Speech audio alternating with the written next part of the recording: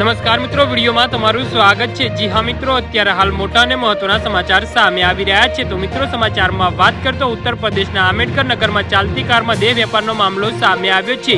મળતી માહિતી મુજબ નેશનલ હાઈવે પર ચાલતી કારમાં એક યુવતી સાથે 6 લોકો વાદાજનક હાલતમાં મળી આવ્યા હતા। પોલીસે જણાવ્યું કે શનિવારે સવારે હરાયા બાયપાસ નેશનલ હાઈવે પર એક કાર રોકાઈ હતી। પોલીસે નજીક જઈને જોયું તો તેઓ આશ્ચર્યચકિત થઈ ગયા હતા અને કારમાં એક યુવતી સાથે 6 યુવકો હાજર હતા। પોલીસે તમામને કસ્ટડીમાં લીધા છે। કારમાં એક બેંક કર્મચારી પણ હાજર હતો અને કાર પર એસીપીનો ઝંડો પણ લગાવવામાં આવ્યો હતો। વાસ્તવમાં હરાયા બાયપાસ પાસે એક કાર રોકાઈ હતી, તેની બારી પણ ખુલ્લી હતી। જ્યારે વાહન શંકાસ્પદ જણાતા પોલીસ કર્મીઓ વાહનની નજીક પહોંચ્યા હતા। ત્યાંની હાલત જોઈને તે ચોંકી ગયા હતા। કારમાં એક યુવતી સાથે 6 યુવકો સામૂહિક રીતે વાધાજનક સ્થિતિમાં હતા।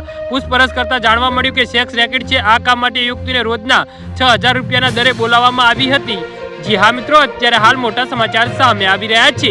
તો મિત્રો, સમાચારમાં વધુ વિગતવાર વાત કરીએ તો આ કેસમાં યુવતીની પૂછપરછ કરવામાં આવી છે। તેને જણાવ્યું કે તમામ છોકરાઓ તેને 5 થી 6000 રૂપિયા આપવાની વાત કરી હતી। તેમણે કહ્યું કે આ મામલે કાયદાકીય પ્રક્રિયા ચાલી રહી છે। કારને પોલીસ સ્ટેશનમાં લાવવામાં આવી છે। છોકરી અને 6 છોકરાઓ સામે અનૈતિક વેશ્યાવૃત્તિ અધિનિયમ હેઠળ કેસ નોંધવામાં આવે છે અને દરેકના મેડિકલ ટેસ્ટ કરાવવામાં આવશે।